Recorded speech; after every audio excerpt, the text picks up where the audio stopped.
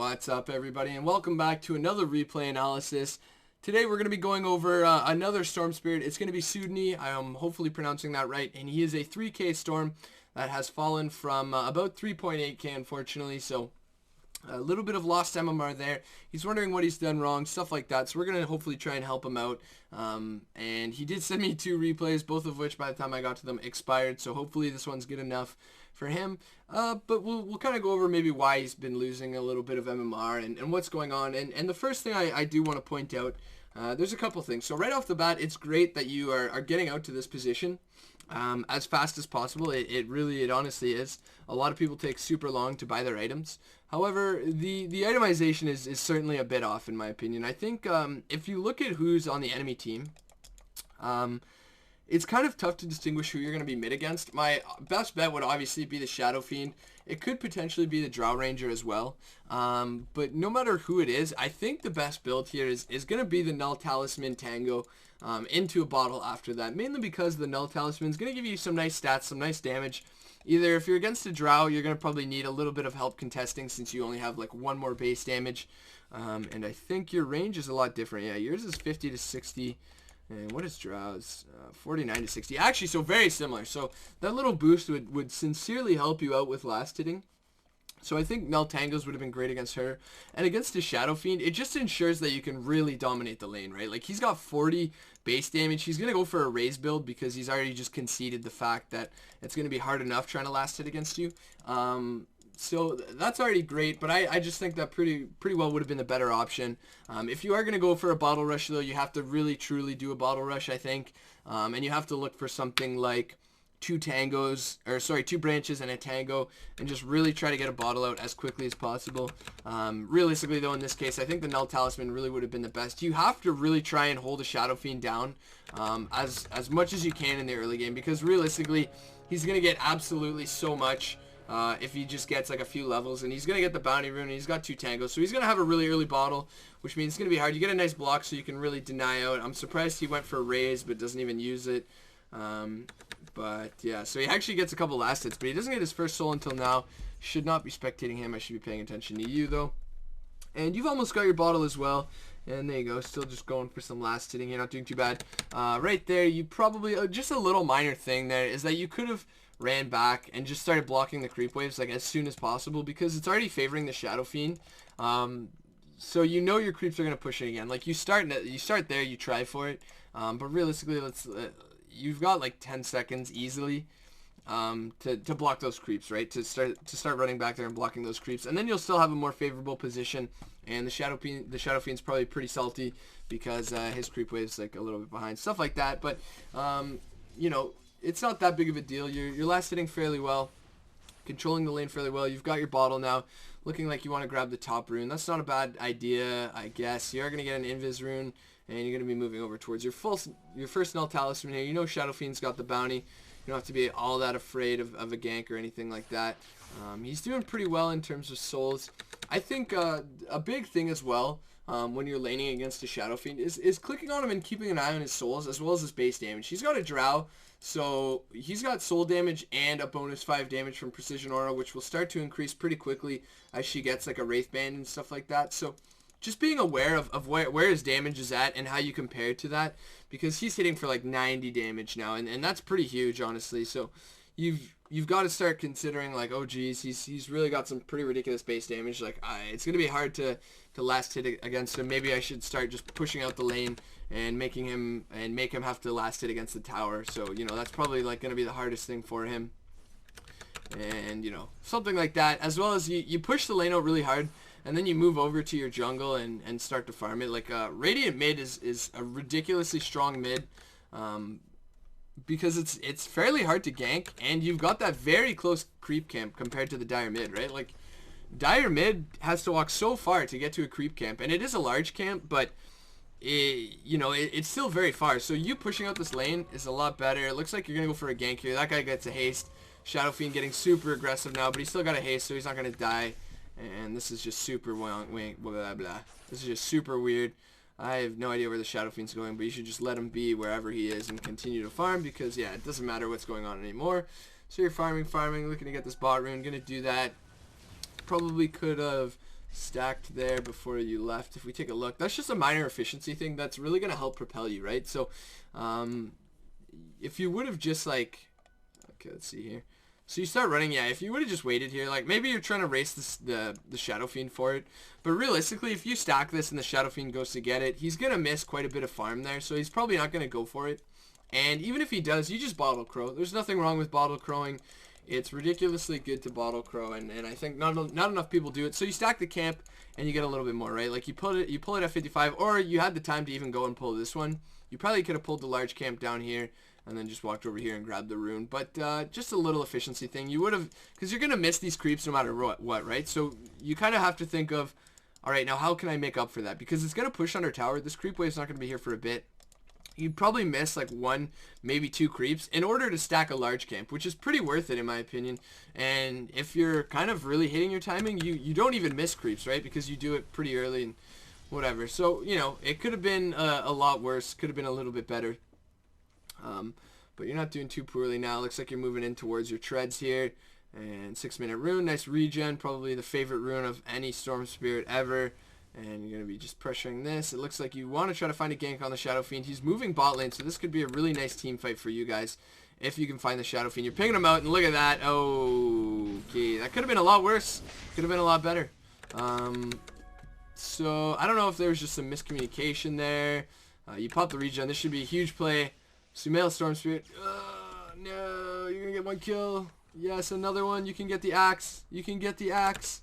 You for sure could have gotten the axe there, but that's alright. You still got a double kill, which is going to help you out a lot. You've got your treads, and you've got about 800, 900 gold. So you've got 2 mantles if you want to grab them.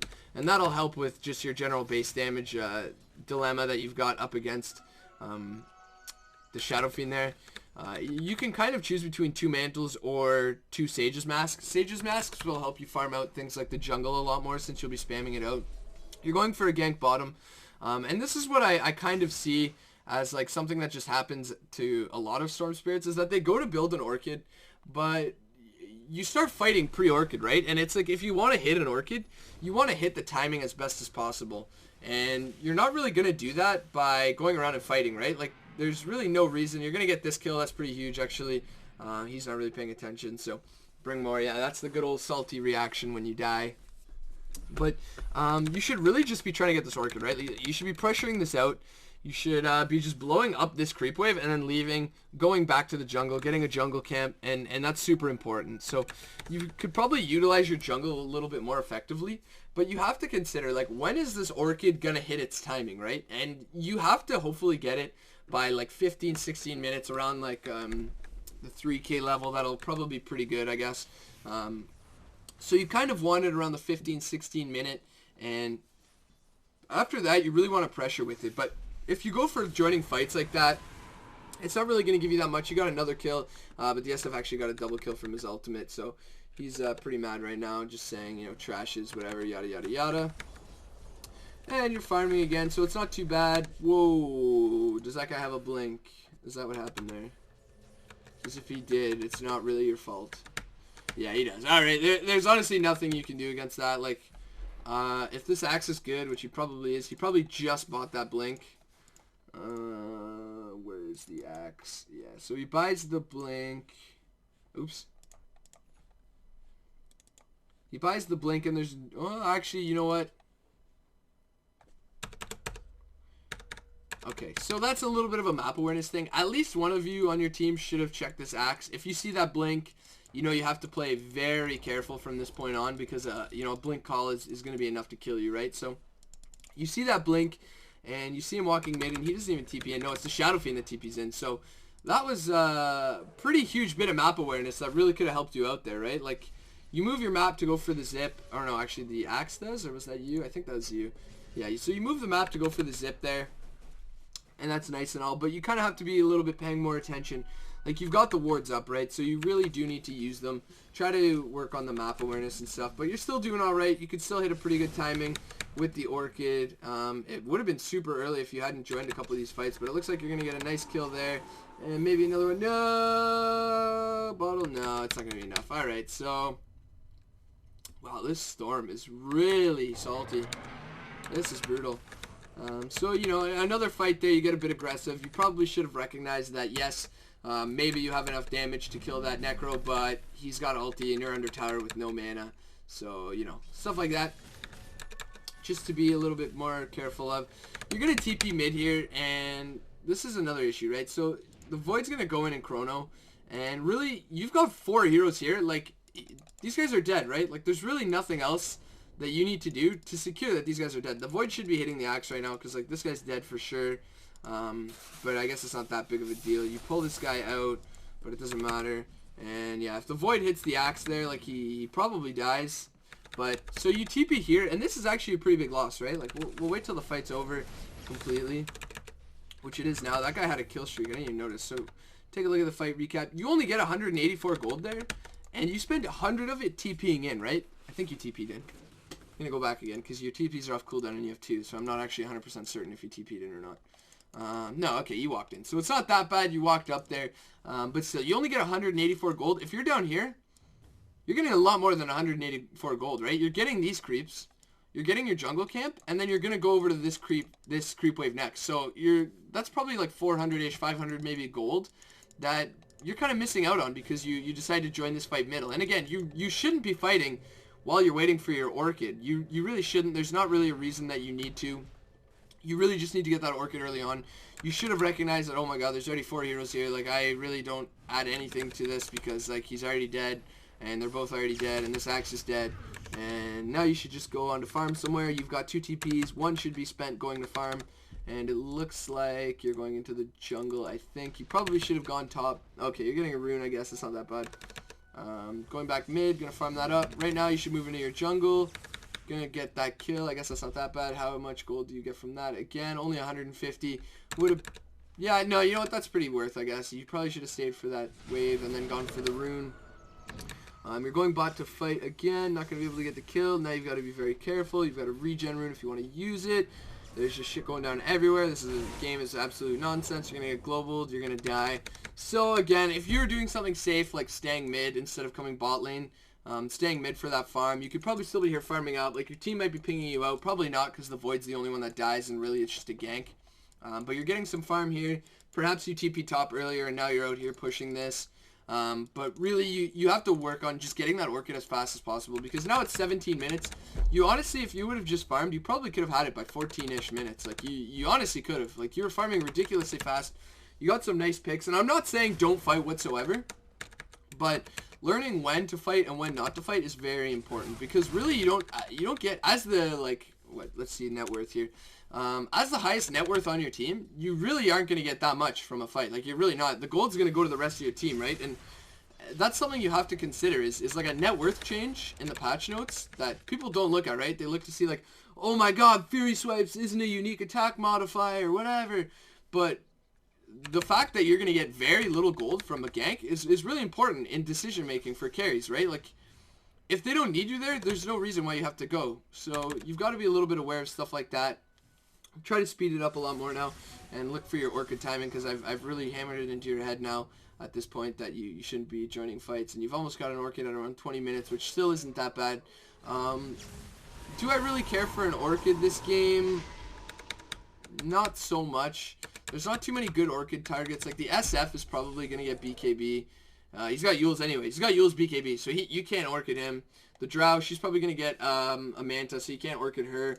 This guy, he might get a Yules. Looks like he's going Dagon, so maybe you could Orchid him. The Axe, he's going to blink call you most likely, and I don't think he's killable. The Silencer, you could Orchid him. He's got a mech. If he gets Guardian Greaves later on, the Orchid's not going to matter. So as you can see, like, your Orchid timing is already kind of off, right? Like, there's, you can't kill the Axe. You can't kill the Shadow Fiend. So that's already 2 heroes you can't kill with Orchid. You probably can't even kill the Drow, because she's got a Shadow Blade, right? So she's probably just going to Shadow Blade out. Maybe you can get the kill if she uses it some weird way. And the Silencer isn't that close to being able to get killed either. So the Orchid is a little bit off right now. I don't think this is a good Orchid game in general. And you don't have to go Orchid every game. I think this would have been a pretty good Bloodstone game. Just get that nice mana pool. You don't have to worry about an AM. If you can farm up with Bloodstone, that's really solid as well. Probably something like, I would say Bloodstone, Yules might not even be that bad because they've got a global silence. I'm not really too certain yet. I think maybe like, oh no. Not going to die here. That's pretty huge actually. Probably don't need to turn around because they're just going to die and you don't. That's great. I'm actually not really sure. I'd probably get Treads and then see where I'm at after a few kills. I think Bloodstone is probably your best bet. And then from there, maybe Shiva's, perhaps like a Yule Scepter, something like that. A Yule Scepter actually would have been pretty good, especially if you see the Shadow Fiends going Yules.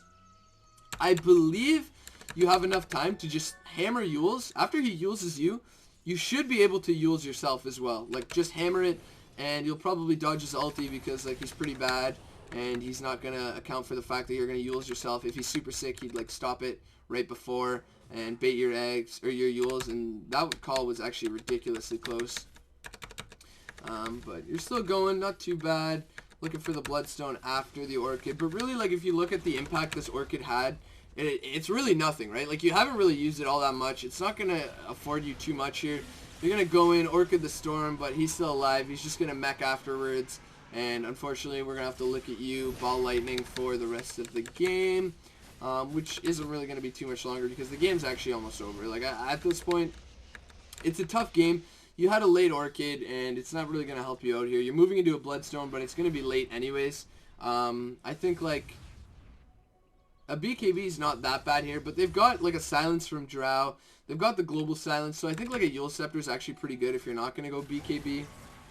I think Yule Scepter is actually really good this game. Against the Silences and against the Shadow Fiend ultimate, it's really important. So just something like that to consider. Just general itemization, when to join fights, when to not join fights. You only have 87 last hitch, which isn't that great. It's also not that bad, though, so I wouldn't worry about that. And now you get globaled, right? And you're pretty much dead. So if you have a Yule Scepter or a BKB, you avoid that for sure. Again, like, the Orchid hasn't done that much. Game's pretty much over now. And it's tough to see in a game, like, oh my god, how could I have helped this, whatever, yada yada. But, you know, farming, putting pressure on the map by simply farming, like, rotating to another lane and pressuring the map to farm is pretty huge, right? Like, nobody really pressured this game on your team. You guys just all kind of fought, and they've got all their outer towers still. They've got tons of map vision now, and, I mean, the game's over, so there's not really much else to say at this point, but, you know, just something like that, pressuring by farming. Like, a lot of people don't realize how good farming actually is in terms of pressuring the enemy team and you know, preventing you from losing at, like, 30 minutes. But it is really good.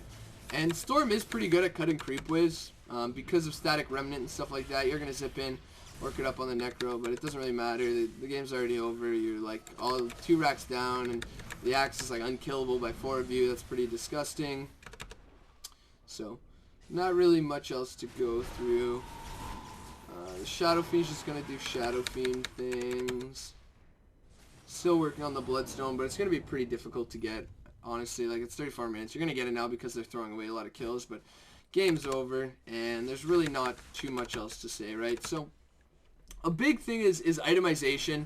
Pressure the map more. Honestly, get greedy. Even if you don't win the game, if you've got a TP on you and you're pressuring lanes, like, it's actually so good. Like, it's actually stupidly good how strong farming is in this patch. It seems like fighting should be favored, but farming actually is really strong still, especially in pubs. Like, people don't know how to deal with split pushing, and like, in very coordinated games, it's kind of difficult to split push because most likely they won't TP back. In a pub, though, people aren't very coordinated. They're not communicating. Somebody's going to TP back, and then you TP in, and look at this. You're a Storm. You've got Zip. You've got Chase. Like, you've got so much Chase here that you just probably needed to split push, wait for them to take a fight, and then you've got Chase. You've got Chrono. You just pretty much look to win 4v5 or something like that. So, probably could have prevented you guys from losing early on by just, you know, split pressuring and farming a little bit more. Gotten an earlier, whatever item, probably a Yule Scepter or a Bloodstone. But just recognizing itemization. You got cut out one time mid because of a little bit of map awareness issue that everybody had. Obviously, nobody noticed, but a little bit on map awareness as well is very important. Stuff like that. Your time wasn't that poorly used, mainly because it seemed like, well, actually, you know what, it was kind of, because you ended up going somewhere and then walking home and then walking out. So try to cut down your travel time. try to feel as efficient as possible, stuff like that. You will see yourself get better. It is a hard grind, especially losing that much, starting at 3.8 and dropping to 3. But I'm sure you'll get back up there soon. I know a lot of people dropped. I'm just going to make an assumption here. A lot of people dropped MMR during 6.83 because it was literally the most mindless patch, and you could just sit there and like hit creeps as like troll, sniper, whatever, and lose the game just because you lose like one team fight, and those heroes were disgusting at the time. So a lot of people lost MMR there, so don't get down if you've lost a lot during 6.83. 6.84 has been a little bit better. Obviously, this was a loss, but realistically, like, I'm sure you'll get better. I'm sure you'll get back to the MMR you should be at. You just have to work on itemization, map awareness, and farming patterns. Just working on where you should be farming, how important it is to pressure the map. The Void could have been doing it as well, but if he's not, you've got to be the one to take charge, right? You've got to be the one to do it. You've got to be the one to communicate with your team. Say, guys, I'm going to split push. If they fight as 4, then I'll TP home and we'll zip in and we'll kill somebody. Like, that's all you got to say. They've got a global silence, but it really doesn't matter. They don't have that many ways of preventing your TP, right? Like, if the Axe is the one that TP's out, you just zip away and TP as you're zipping, and he probably can't catch you. You TP straight home, you bottle up, you have most of your mana again, and then you've got another zip all the way to the fight when you need to take it, something like that. So, you know, just something to keep in mind here. It wasn't the greatest game because it was like a 38-minute stomp-ish. Like, you guys didn't die a ton. Never mind, I retract that. Your CM and your Venge died a lot, mainly because they're super squishy supports that are meant to die. But you know, it was just a stomp because they used the map a lot better than you. They farmed a lot more efficiently. The Shadow Fiend got the items to really turn you down. It was kind of a build order loss, if you could say it like that, because you go for an Orchid. You spend 40 whatever 100 gold going for an Orchid, and then they just go BKB, Shadow Blade, I'm super tanky because I'm Axe. And there's not really much else you can do there, right? Like, you've only got 2 targets. One of them's a Necrophos, and the other one's a Silencer. Necrophos isn't bad. Silencer, not the target you really want to go on that much. So, you know, just a little bit of a build order loss there. The late Bloodstone doesn't help. Eul Scepter would have been pretty sick in my opinion. But, you know, not really much else you can do from here. So, you know, thanks again for sending in the replay. You know, this one, hopefully I didn't come down on you or, you know, seem like an asshole or anything like that. But it was a good game.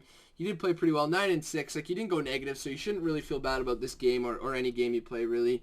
But it certainly could have been better, and you will get there.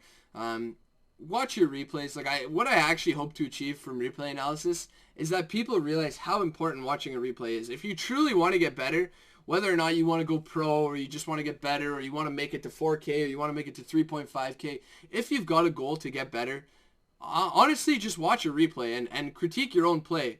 And you'll think, like, holy crap, why am I wasting so much time? Oh my god, why am I so underfarmed? Oh my god, why did I join this fight? Stuff like that. So you will get better by watching a replay, and hopefully people do.